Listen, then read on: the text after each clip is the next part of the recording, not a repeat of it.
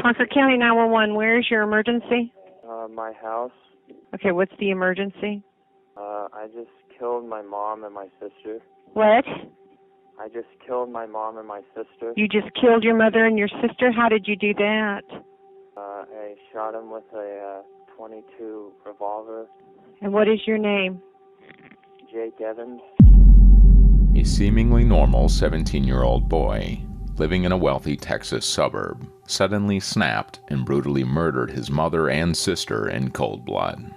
But what led the young teenager down this dark path? Was it mental illness, a twisted fascination with horror movies, or something even more sinister? This is the story of Jake Evans, a young teenager who shocked an entire nation with his cold-blooded and calculated murder.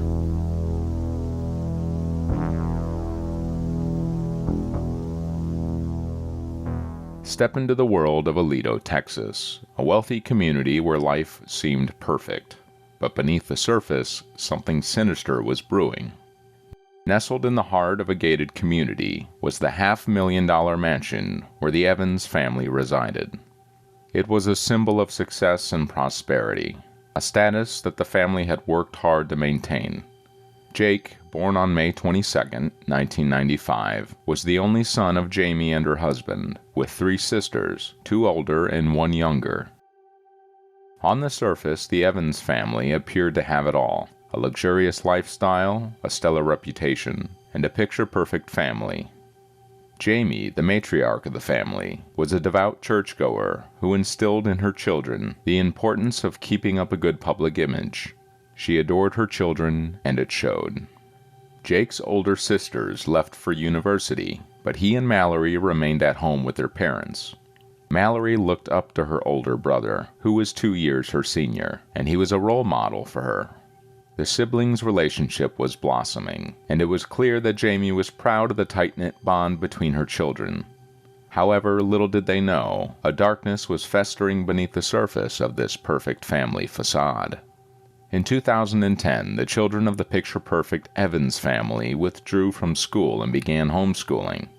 Jamie wanted to give her children the best possible education. As far as their neighbors knew, the Evans family seemed to have it all together. Jake was a quiet, unassuming teenager who kept to himself and never caused any trouble.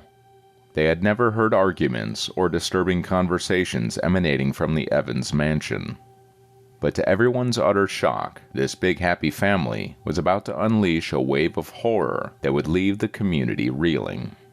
On the evening of October 3, 2012, a seemingly innocuous request from Mallory would spark a chain of events that would forever change the Evans family and the community around them. She asked her older brother if he wanted to watch a movie with her, but Jake refused. He retreated downstairs, seized his father's knife, and rushed back upstairs, pacing frantically. All he could think about was killing his little sister. But something within him held him back, and he threw the knife away. Instead, he engaged Mallory in a pillow fight. However, the respite was short-lived. Within minutes, Jake grabbed his grandfather's gun and shot his sister in the head, killing her instantly. He then turned the gun on his mother, shooting and killing her too. On that fateful October 4th, a chilling 911 call came in from a seemingly emotionless 17-year-old boy named Jake Evans. Ponce County 911, where is your emergency? My house. Okay, what's the emergency? I just killed my mom and my sister. What? I just killed my mom and my sister. You just killed your mother and your sister? How did you do that? I shot him with a .22 revolver. And what is your name? Jake Evans. Are you sure they're dead? Yes. It's hard to comprehend such a callous confession, but the dispatcher knew she had to keep him on the line until the police arrived. Jake, hold on. Stay on the line with me, okay? All right. Little did she know that Jake was about to reveal his darkest thoughts and the motive behind his heinous crime. Okay, is there any reason that you were so angry at your mother and your sister?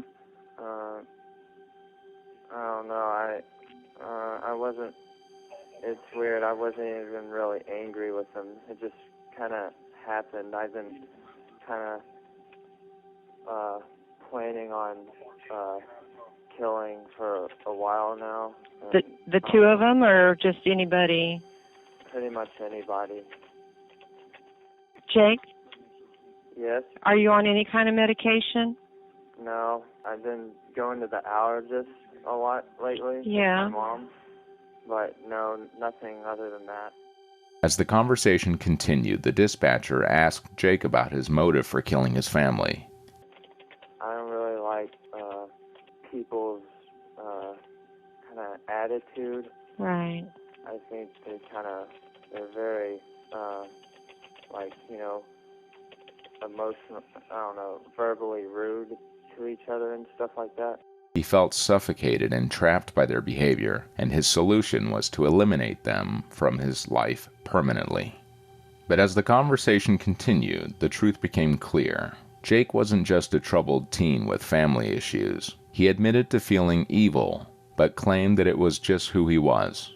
It's just my family, they're just kind of really, I guess this is really selfish to say, but to me, I felt like they were just suffocating me in a way. I don't know. Obviously, I'm pretty, evil. His words were reminiscent of a horror movie. When the dispatcher asked where Jake's dad was, he told her that he was in Washington, D.C. on a business trip.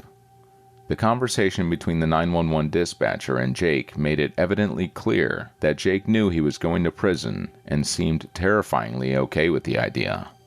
He told the dispatcher that he didn't want to have visitors in prison. Now, whether that's out of hatred or remorse, we may never know. The terror of Michael Myers from the horror movie Halloween had inspired the darkest thoughts in Jake's mind. This movie was about Michael Myers going on a murderous rampage, killing his entire family, starting with his sister. Sound eerily similar? As he watched the movie for the third time that week, he was amazed at how at ease the young boy was during the murders, and how little remorse he had afterward. It was then that he realized he could relate to the character on screen. His mind was made up. He was going to follow in the footsteps of Michael Myers and take on the Halloween role seriously. With an unsettling lack of emotion and empathy, Jake carefully crafted his plan to murder his sister, mother, 2 grandparents, and oldest sister. Jake had always felt a deep-seated rage towards his family. He felt justified in his anger, pointing out flaws in their behavior and taking on a moral high ground. In his mind, he was seeking justice for those wronged by his family, a twisted form of vigilante justice. As he delved deeper into his hatred, he found himself identifying with Michael Myers. Just like Michael, Jake had a sister with questionable behavior. He saw his sister Mallory as Michael saw his sister in the movie, as a target for his rage and anger. According to psychologists, Halloween was the missing piece to Jake's evil puzzle. It was the solution to his hatred for his family, and he truly believed that he was without emotion. But for Jake, this lack of emotion was the key to his plan to kill his family. Despite his troubled actions, no one saw any red flags in Jake's behavior. He seemed like a normal guy, which made the crime all the more chilling. However, there may have been underlying issues in Jake's family that were hidden from view. The Evans family lived in a luxurious mansion with a pool and a golf course. Jamie, Jake's mother, was obsessed with maintaining the appearance of a perfect family, teaching her children how to behave in society. Maybe this obsession with appearances led to the family hiding any flaws, even if it meant avoiding Jake receiving treatment for any possible mental disorders. In his written confession, Jake detailed the timeline of events leading up to the massacre. He spent the first part of the day hitting golf balls, running errands with his grandmother, and seeing his allergy doctor with Mallory. It was during this doctor visit that Mallory made a racist comment that set Jake off. He cut her off and went home to watch TV. By this point, he already had a knife in his pocket and was contemplating killing his sister. He then decided to kill his mother as well. For over an hour, Jake walked nervously around the house, contemplating how life would never be the same, and how he would never see his family again. Mallory invited him to watch a movie with her, but he declined and continued to pace around. He threw a pillow at Mallory, and they had a pillow fight. Imagine, this was minutes before the murders, and maybe Jake was using it to get things ramped up before pulling out the knife. He invited Mallory to watch a movie with him as a gesture of goodwill, all the while carrying his knife, but then he changed his mind about the murder weapon and decided to use his grandfather's gun instead, so as to avoid causing his family too much pain. He didn't want Mallory to suffer the way Michael Myers' sister had suffered after being stabbed multiple times. He went upstairs to Mallory's room and told her their mom wanted to see her. As she headed downstairs, he shot her several times in the back of the head. He then went downstairs to do the same to his mother, but she had heard the shots and seen her daughter lying in a pool of blood. Jamie, his mother, was already at the bottom of the stairs, pleading for her life when Jake shot her 4 times in the chest. Minutes later, Jake realized that Mallory was still alive. She was in shock, lying on the ground in a pool of blood. He ran up to his room, screaming at the top of his lungs that he was really messed up and that he had killed his mom and sister. He emptied the shells on his bed and heard noises coming from Mallory's room. When he realized she was still alive, he loaded the gun back up and ran as fast as he could to kill her. And just like that, Jake Evans killed his mother and sister in cold blood. The trial of Jake Evans was a real-life horror story that left his family, friends, and the entire community shocked and devastated. The evidence was clear, and Jake's confession left no doubt that he had brutally murdered his mother and sister. But there was more to the story than just the gruesome details of the crime. As the trial unfolded, it became clear that Jake was a troubled young man. His confession revealed a great deal of guilt, but also a possible psychopathic profile. It was unclear whether Jake's remorse was genuine or simply a ploy to earn a lighter sentence. He expressed how terrifying the experience of killing was for him, and even asked the 911 dispatcher about medication for his upcoming nightmares, but he never apologized to his family for what he had done. As Jake entered the courtroom, he looked like a frail teenager. It was a heartbreaking sight for all who were present, but the trial was not just about the murder itself. It was a glimpse into the mind of a troubled young man. Jake's trial was a straightforward one, but it began 2.5 years after the murder, as the court was unsure if he was mentally stable enough to stand trial.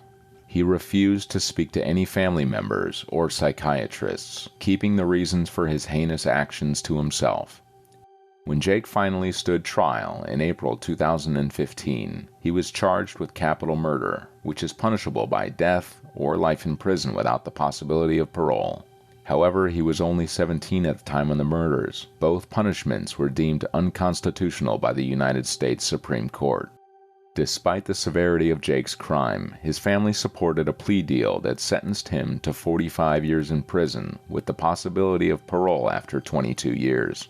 The family's forgiveness for Jake amazed the district attorney, Robert DeBlosey, who commented on the power of forgiveness in the face of such tragedy.